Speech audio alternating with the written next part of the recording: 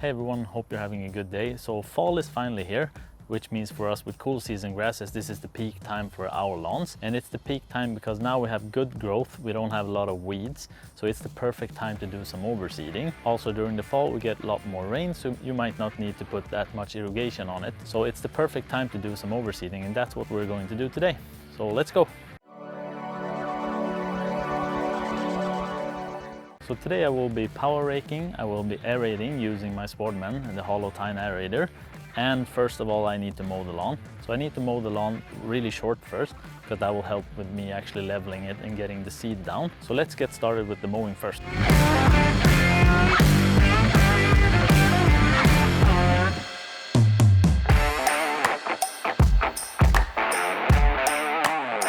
Alright, so I'm done with the mowing, and I know I broke the 1/3 rule, but it will be fine, trust me. I'm just doing some leveling and overseeding, it'll be fine. And I know I didn't catch all of the clippings, but I'm gonna power rake it as well, so that will catch everything I left. So that will be fine as well, trust me. Alright, so next step is to do the hollow tine aeration. And I'm not gonna do the entire lawn because it's just gonna take too much time.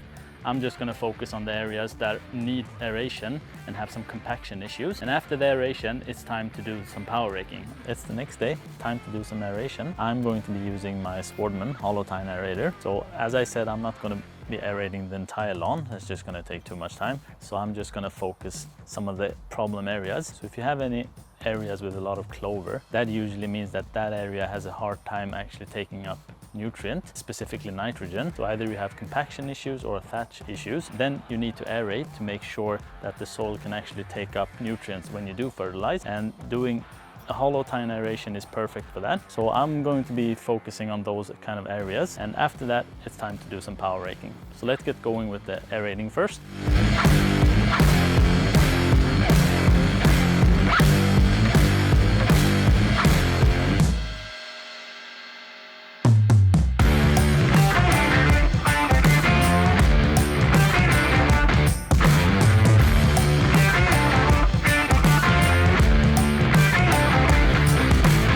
So I'm done with the aeration. I'm just going to show you how it looks.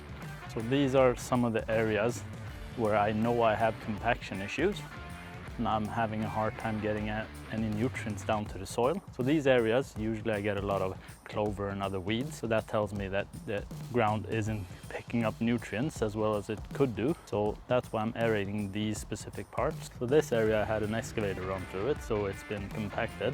So I need to relieve some of the compaction. And this is the area I would rather just try to forget about. I mean, I had a big patch of clover all over here. So I dug it out, but then I waited with the reseeding and doing anything about it. So of course it's full of POA now. I've been trying to manually pull all the POA here, but it just keeps coming back. So I'm aerating it a bit and overseeding it.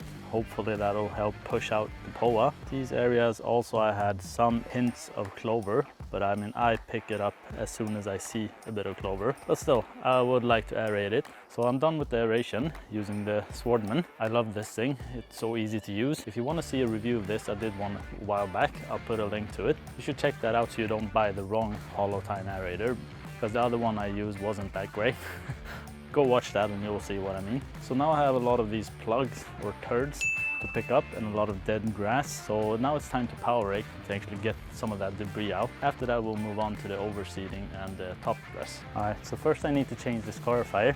I want to use this one with the spring tines. This one is a lot easier for the grass to actually handle. It doesn't put as much stress as a scarifier does. So this one is just to pick up any debris I might have, any dead grass or now the plugs I pulled.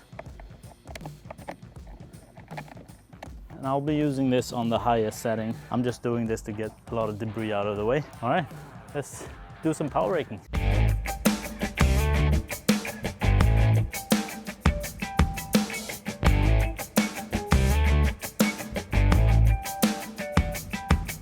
All right, so let me show you real quick what I'm picking up. So most of this is just dead grass, a lot of debris.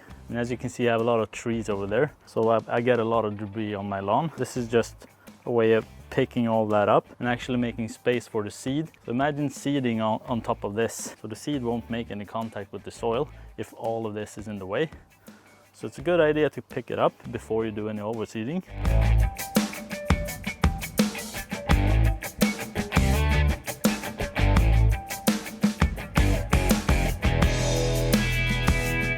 done with the power raking. And this is exactly what I want.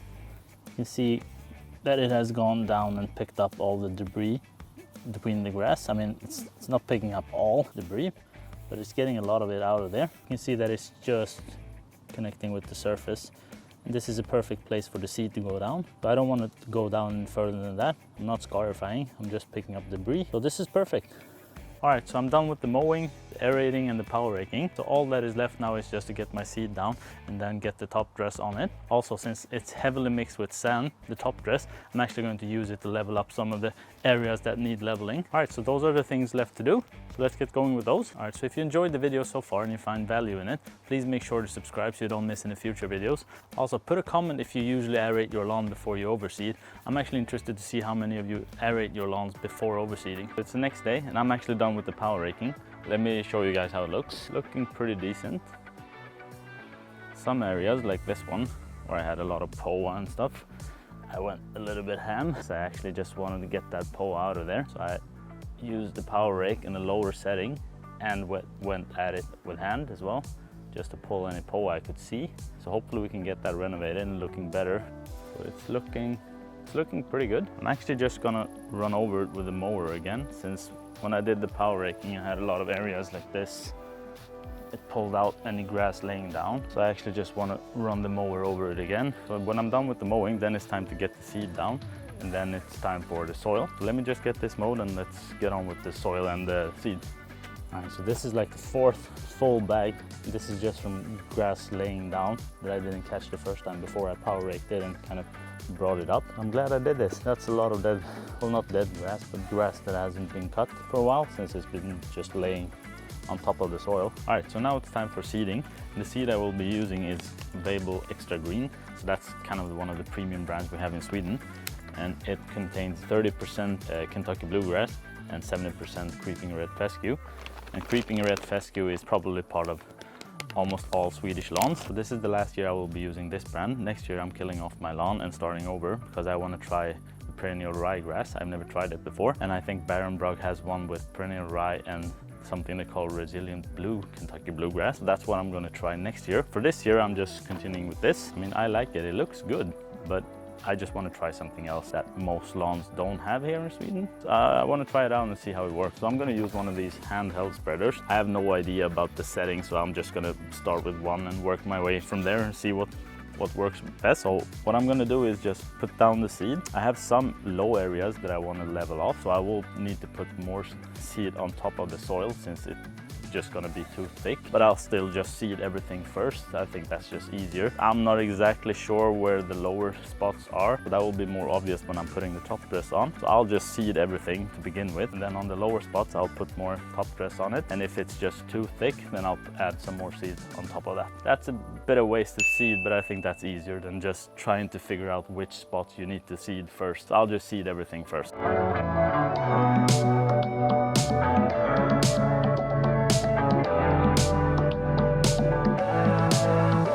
All right, done with the seeding.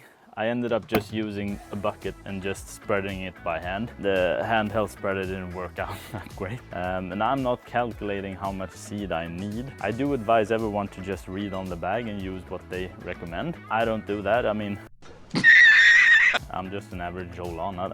I'm willing to bet that most average Joe lawn nuts don't calculate things before they put it out on there, but it'll be fine. I mean, it's just grass. Just seed, right? All right, so now I need to cover that with the top dressing I have. First, I'm just gonna drag the leveling rake all across the lawn just to get the seed down and get good seed to soil contact. And then I'm going to put the top dressing on top of that and run the leveling rake again just to even out some of the spots. Now I'm just gonna drag this leveling rake, or lawn leveler, I don't know what you want to call it. Just drag it all along just to get the seed down between the grass. And I actually like this thing. It's about 85 centimeters, so about 33 inches. Pretty decent size. And since I cut the grass pretty low, it should just slide pretty smoothly all over the lawn.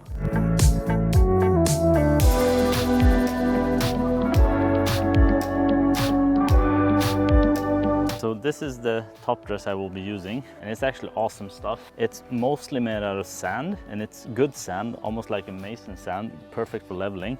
But they also mixed in some peat in it and some fertilizer. So this will actually level my lawn It will give my lawn fertilizer and my seeds a starter fertilizer. So this is an all-in-one product for me. It's actually such a good quality. So I would highly recommend anyone who lives in Sweden to use this. It's called K-Dress. It will give your seeds a starter fertilizer. It will help you level your lawn, and it will give your existing grass also some fertilization. So it's awesome stuff. So this is what I'll be using. So I'll pile it up pretty much roughly where I want it. Then I'll actually leave it for a bit for it to dry out, because that will make it a lot easier to just move around and actually work with. This is gonna suck. I hate pushing dirt. Every time I see that shovel, I get chills. I hate that thing. I've been shoveling so much stuff around the yard because this is a new house that had a lot of stuff that needed to be done. So I've been using that shovel every year a lot. I hate that thing. But it's time again. Let's bring out the trusty shovel once more.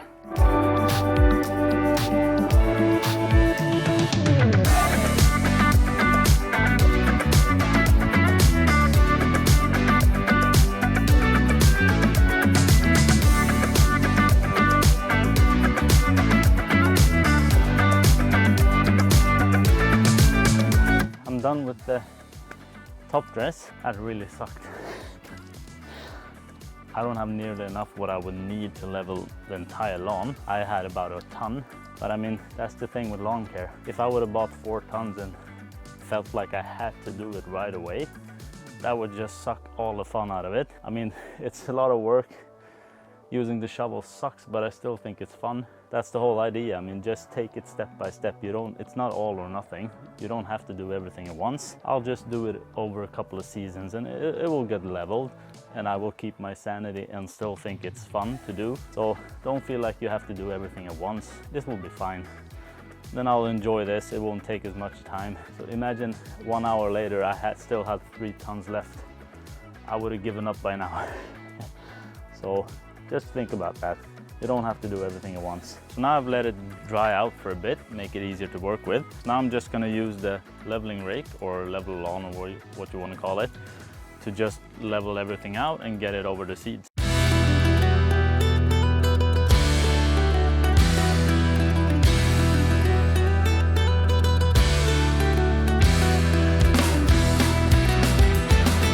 You want to work it from different angles to get it perfectly level.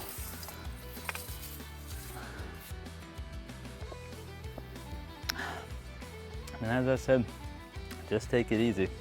Remember to take a pause and rest and enjoy your work. I mean, so just have a drink, take a step back, take it easy. I mean, it'll be fine. It's just grass, right?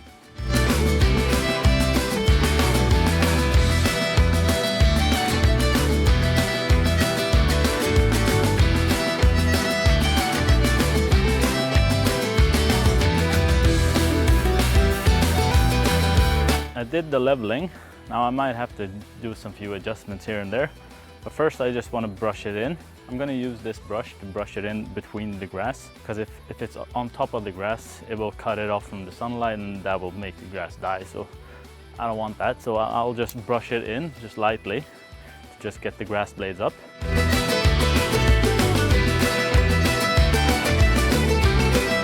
My neighbors must be wondering right now what the hell I'm doing. I'm actually using my brush on the grass and on my driveway. But I mean, they already think I'm nuts, so who cares? Alright, I'm done with the brushing. Now I'm just gonna put down seed on the areas where I have too much soil. I have some very deep spots where I put just a lot of soil on them, so there won't be any grass coming through. So I'm just gonna put some more seed on top of that, and then I'm just gonna lightly rake it in, and then finally use the garden roller to just roll over everything and get a good seed to soil contact. So as you can see, I have spots where I haven't had any top dress on it. My first idea was to get some more and put some over there, but I'm actually just gonna let it be and see how it turns out. I'm actually curious to see what kind of difference it will be, because I've actually seeded those areas as well. They just don't have any top dress on them. So let's see if we can see any difference at the end. I'm not sure.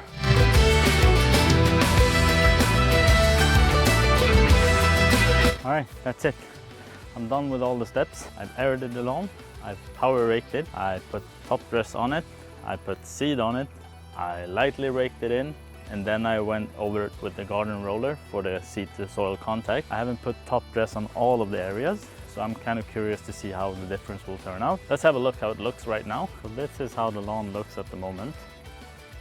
It's always fun to do fall overseeding and renovation. But I mean, for a couple of weeks, the lawn looks absolutely terrible.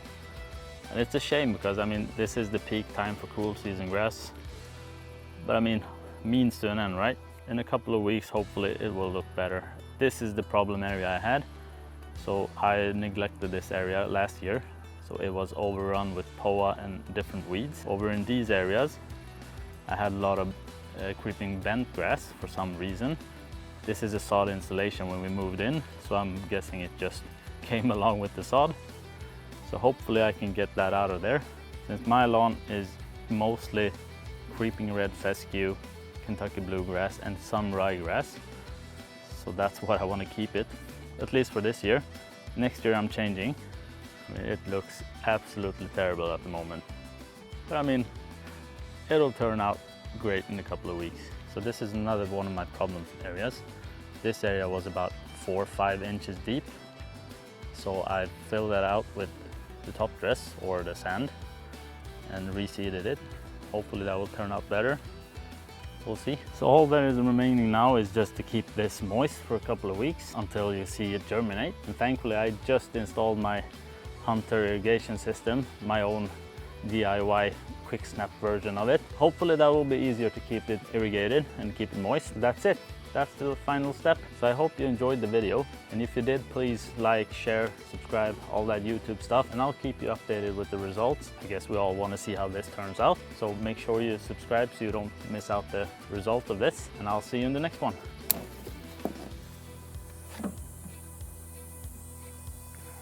I'm not sure if the camera is picking this up, but I love how these Hunter MP rotators work. And I love the entire setup of it. No pipes, nothing. It's just regular hoses. I love it.